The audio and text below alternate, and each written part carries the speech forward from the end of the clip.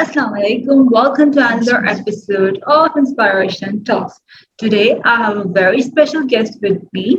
Her name is Saleh. She is a dentist. So before any delay, let's welcome her. Assalamu alaikum, Rand. How are you doing today? Walaikum salam. How are you? I'm doing well, thank you. I'm good. Thank you so much, Rand, for joining. So, Rand, can you give us a short intro about Thank you yourself? for having me. Hello, everyone. My name is Saleh. I'm a Palestinian Jordanian living in Cyprus currently for my education purposes. I'm studying dentistry. I graduate in a few months actually, and then I might become your dentist. You never know. Today I'm going to answer a few questions that might interest you, and you're gonna get to know me better. Okay. So, and as you're studying dentistry, so what made you feel like dentistry is the right field to study? Actually, at the beginning, I was pretty much confused about what do I want to study. I didn't know where I wanted to go. I didn't know what I wanted to be. I think I was too invested in like finishing my SATs because they make that such a big deal for us. We forget to like focus on what our passions are. And people started telling me that ever since I was a kid, I wanted to be like a doctor, a medical doctor. And then that faded away as I grew up. But then later on, it came back into my life as like, you used to always say you wanted to be a doctor, all of that. And then I weighed down the years actually. Like I didn't think of like, oh, I really love teeth or any of that. I weighed down the years and I was like, oh, dentistry sounds like a faster option. And then like I had like a trauma accident where I broke my tooth, this one actually, and none of the doctors I've went to actually fixed my tooth the way I wanted it to be fixed, which gave me more of a reason to enter the field. And I feel like most dentistry students have had traumatic events like with dentists, because like most of my friends had like traumatic events with dentists, whether their orthodontic treatment didn't work, their prosthodontic treatment didn't work, whether they're like very self-conscious about their teeth. And when like we entered this field, we were like, oh, I want to provide for people what I've been deprived of. Okay, got the point. That was actually, it's better, I can get your point completely, because there are many dentists which aren't treated the way you want to get treated. So, Grant, as it's been more than a year and COVID still exists, so what would you like to say about this? Like, what do you think are the pros and cons of COVID? The cons are more than the pros, but I would say it's made education way harder on students, because we already suffer with so many mental illnesses. Whether it's due to society or to the stress that we have in our fields or whatever. So this made us more self-aware of what we are going through on mental like notes. So for example, let's say you've had depression and like you would like be like, oh, I'm with my friends today, or you had a purpose that made your mind go off of things. And after COVID came through, you felt like you had no purpose, you had nothing to get your mind off of what you're going through mentally and emotionally. So we had to deal with that, which is a pro and a con by itself. Some people focused on the negative parts of their mental health, and others were working on bettering it and becoming better people and fixing that. The education was really lacking. It was unfair to the students and to the doctors at the same time, the professors, because we weren't getting the information the way that we needed it. Our clinical work went down the drain because you can't really work when there's COVID and you're in a pandemic and you're at home 24/7 for 2 years. So I feel like it was more cons and it was cons based on like your emotional and mental health and education. But the pros were that you became closer to certain people, you got to know who cares about you and who doesn't. And as I mentioned before, like mental wise, some people worked on bettering their mental health and others didn't. That's right. I totally agree with you, Rand. So, Rand, now let's revive some childhood memories. So, when you were a kid, did you have any nickname? I had a nickname that my grandma gave me, which was Tweety. I was a very chubby child, and she used to call me Tweety based on the cartoon character. And it's probably my favorite nickname as a child. I had so many other nicknames, but like this is the one that sticks out once you ask me this question. Okay, that was cute name, Tweety. So, when you were a child, did you have any best memory? Like, what was the best memory of you in your childhood? As long as you're going to be asking about my childhood, it's always going to be mostly about my grandma. Okay. One of like my best memories with her were we would be she used to live in Syria, by the way, and me and my cousin were almost the same age, and we would fight on who wakes up earlier at dawn to go with her, where she'd like either wake me or him, and sometimes we would be both awake and she would take both of us. We would go at dawn, we would see the cow being milked, we would get fresh milk, we would get fresh food, vegetables and fruits and everything. And then like we would go back home and we would like tease the other kids that we went with grandma, you didn't, we did this, we did that. And she always like would treat us with something. So this is one of like my best memories. Okay, that was actually a great memory. So when you were a kid, what did you thought would be awesome to be an adult, but it isn't as awesome as you thought it would be? Unfortunately, I thought it would be amazing to have responsibility. And I've always like been older than my age, away from the fact that I had a childhood, because I always wanted to be older. I always wanted to be more responsible. And now that I have the full responsibility, I want to become a child once again. Okay. Because sometimes it just gets so hard. Yeah. That It you want gets to so return to hard. your childhood. Okay, I can completely understand that. Okay. So as you're studying in Cyprus, so there is like most common question, which usually many students would like to know, what are the requirements to study in Cyprus? There are two types of education in Cyprus: the Turkish language education, where you can study, let's say, dentistry or medicine or engineering or whatever you would like to study in Turkish, which is somewhat a little bit cheaper than the English language. And you can study in the English language, which is the most preferable like type of study or education, because you're going to be taking your certificate and working somewhere abroad. And they would not like accept your Turkish certificate. That you would have to like you would have to translate it and go through all of that like procedure. You would have to have like an English certification, whether it's IELTS, TOEFL, or SATs. If you don't have that, the university is going to provide an English exam to see if your English is good or you need preparatory school or not. The thing about Cyprus, which is very good but very bad at the same time, is that they do not take you based off your high school marks. You can be a medicine student even if you took 50 in your high school diploma. The thing they work on is, if you want this, you're going to work hard for this and you're going to get marks and you're going to pass through the years.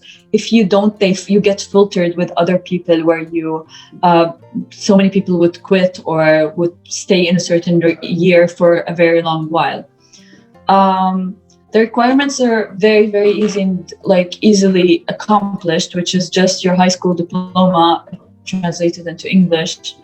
And that's about it. You can enter whatever field you want, but the point is you have to know that you're going to stay in this field or you can do this or not. Okay. So how long does the procedure takes place?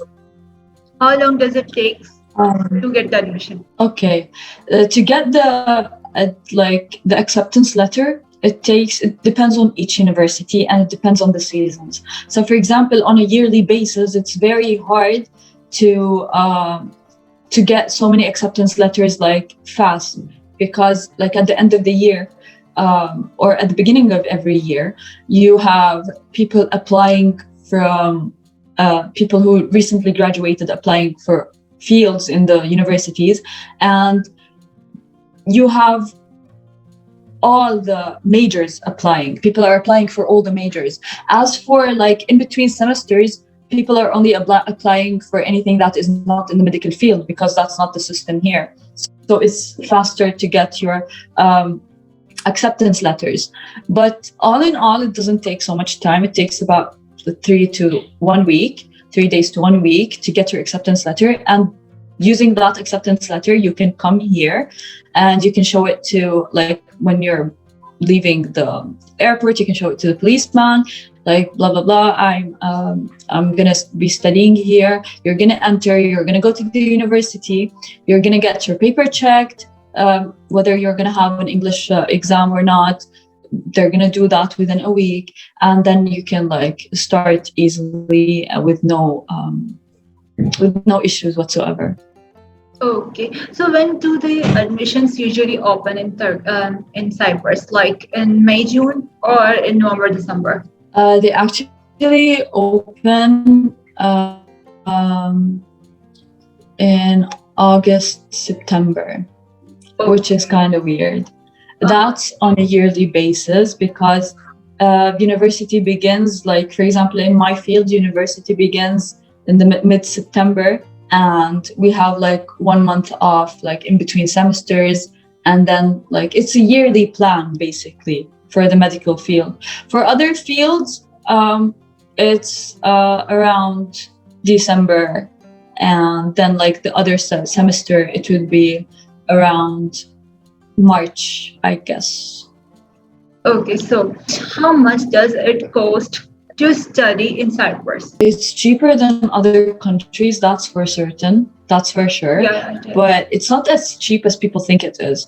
For example, in the dental field, it depends on your university as well, by the way. For example, in my university, where we have all the accreditations and everything like is to the point, we pay on a yearly basis 12,000 euros. Okay. That's including health insurance, tax, and like the bus fees and all of that.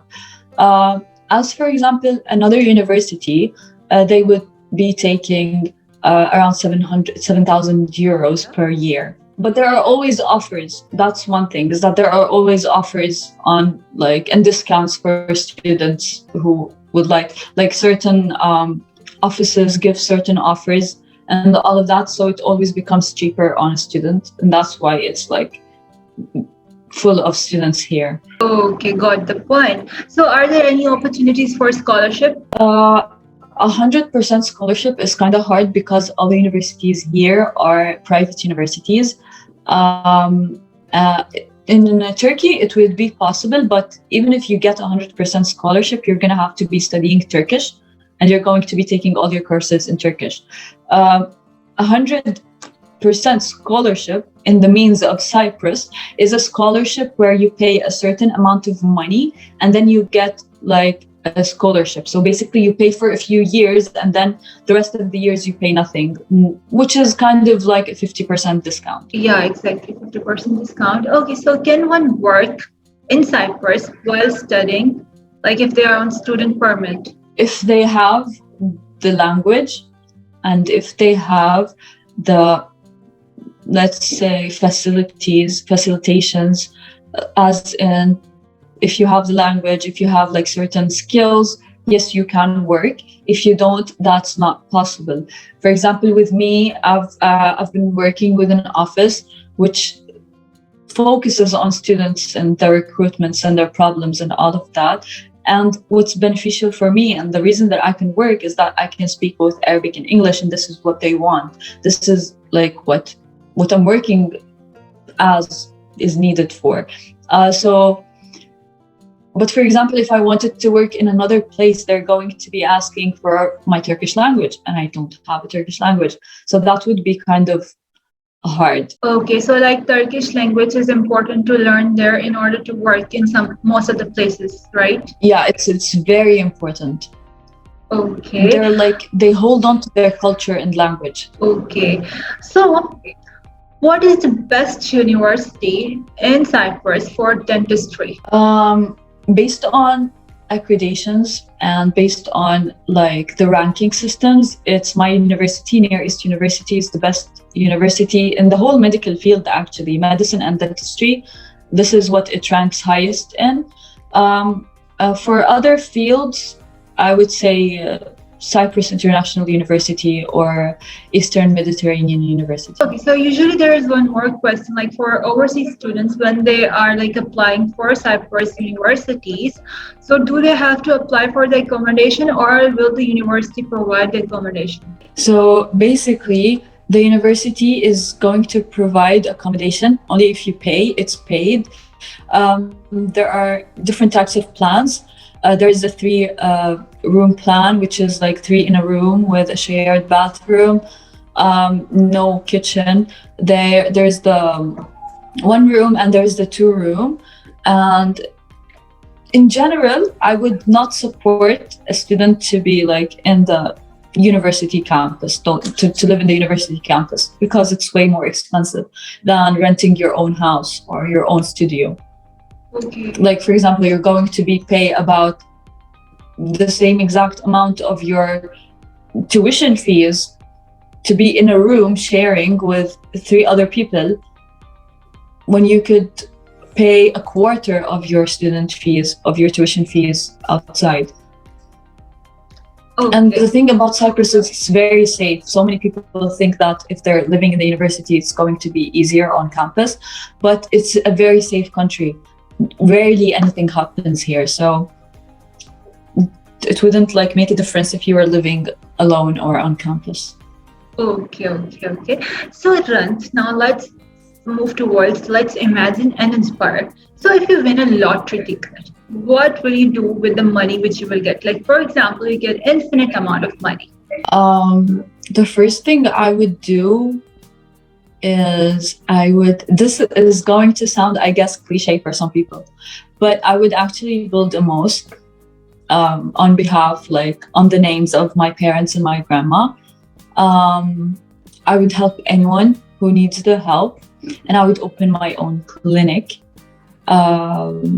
in which I would have like a part of it, because I wouldn't need the money then. So I would make like the treatments for free for those people who have like confidence issues because of their smiles, or for anyone who's like in pain and can't afford like treatment. So that would be like the purpose of the clinic. Okay, that's actually great, and I really want you to work on it. I really hope that you get this much amount, that you build the masjid and you do also like have your own clinic, because that's really a good initiative. So I would like to say all the best for it. So what about time machine? If you get a chance for time machine, would you go in your past or in your future? I would go to my past. I would not like to see the future, because it keeps me excited that I don't know. It's the reason that you hope and like you work. I would go to my past to spend some more time with the people that I love. Okay, that's great. Okay, so if you get a chance to live anywhere for one whole year, so what country will you choose? I think I would choose Spain, because I feel like the culture, the food. I'm obsessed with football, and I love like the team Barcelona, if you know it. So it's been like in me since I was a child. So I would go to Spain. I have a lot of friends there as well that I have never seen.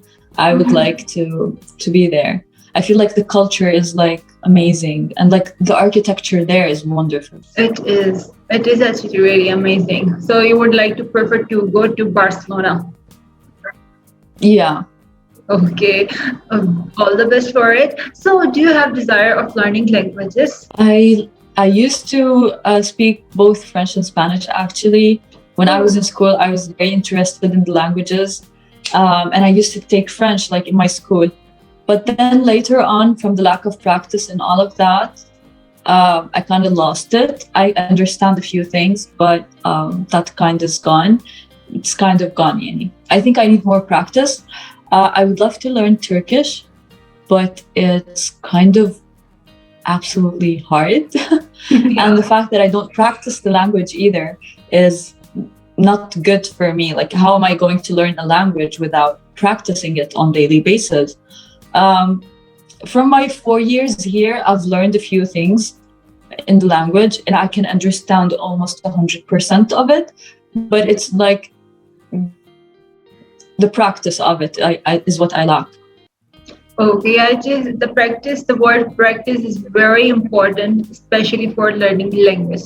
Also for studies as well. If you don't practice, you won't be able to learn or attain anything. Okay, so what about anger? Exactly. So what about anger? What do you do when you are angry? If you asked me this question a few years ago, I would tell you that I would scream, I would fight, I would break things, but I've been working on that, and it's an achievement that I actually am very proud of. The fact that I've been working on my anger issues and I've been managing my anger in a better way, where I go like, is this worth my anger and my reaction? If it's not, then I just wait like 5 minutes and it's not worth it, or I write it down on a paper that this is making me angry, and I just throw the paper out. If it's worth my anger, then I sit with myself and I think about why this is angry and why this is not wrong, and like, why is it like getting to me? And then whoever made me angry or whatever made me angry, I would like reach to a point of understanding. So whether it's a person, I would be like, okay, I'm angry at you because of this. It made me learn how to communicate my feelings instead of bottling them up and making them toxic for me. Got the point. So what do you do when you're stressed? How do you relieve your stress? Actually, as well, like, I've been stressed since I was in grade 11 in school, and I did not know how to deal with stress back then, so I would just procrastinate. But since I entered like dental school, I've been even more stressed, like hella stressed. So the way I deal with it is that I manage my time. Okay, so let's say I have an exam in 2 days. Okay, today I'm going to study, let's say, 5 lectures or 5 chapters, and then tomorrow I'm going to do the same. I always give myself breaks. So if I feel like I can't do this anymore, I just put everything on hold and I focus on calming myself down, feeling better, whether it's watching a movie or a series or drinking coffee or going for a walk. I just do that in order to come back better and bigger than ever. Because if you're working while stressed out, your brain isn't going to take in any of the information that you're giving it. So your relief and your sanity is way more important than you memorizing a couple of slides. That's right. I totally agree with you. Okay, so where do you see yourself in future? This makes me actually very happy to think of. This is what I sleep on every single day. I manifest it so hard, and I hope it becomes true. I see myself as an owner of multiple dental clinics all over the world, achieving something bigger than anything I've ever imagined, being an inspiration to everyone who was as lost as I am, and being a good doctor. I just want to see people smile with confidence, because I know what it's like to lose the confidence for a while. Yeah, that's right. I completely agree with this. All the best for this. Who inspires you most in life? Many people actually inspire me. I think like anyone I see, like for example, you right now, you're inspiring me to talk more about so many other things, and you're giving me ideas with your questions. I would say my biggest inspiration are my parents, because they've been through so much and still they were like standing strong, and they were fighting, and they're always supportive of me. Like whatever I do, they're like, yes, you got this, you can do this, even when I don't believe in myself. And the fact that they have so much reassurance and so much strength in them, regardless of everything they've been through. It's just marvelous for me.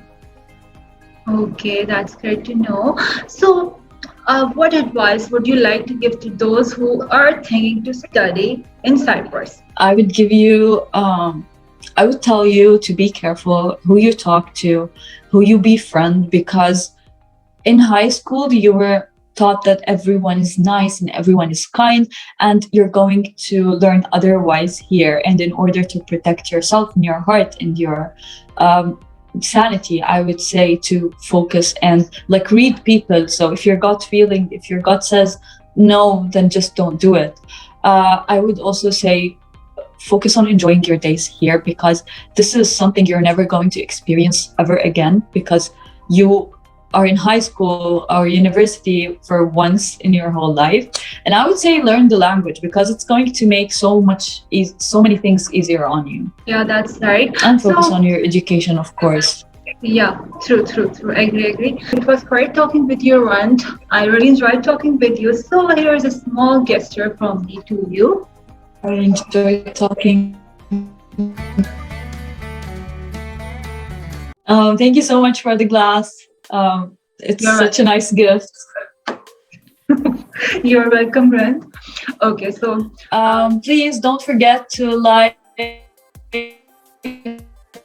comment, and subscribe for interviews with Laiba. Okay, so the semester starts in October or in September? Like there are 2 semesters in a year, right?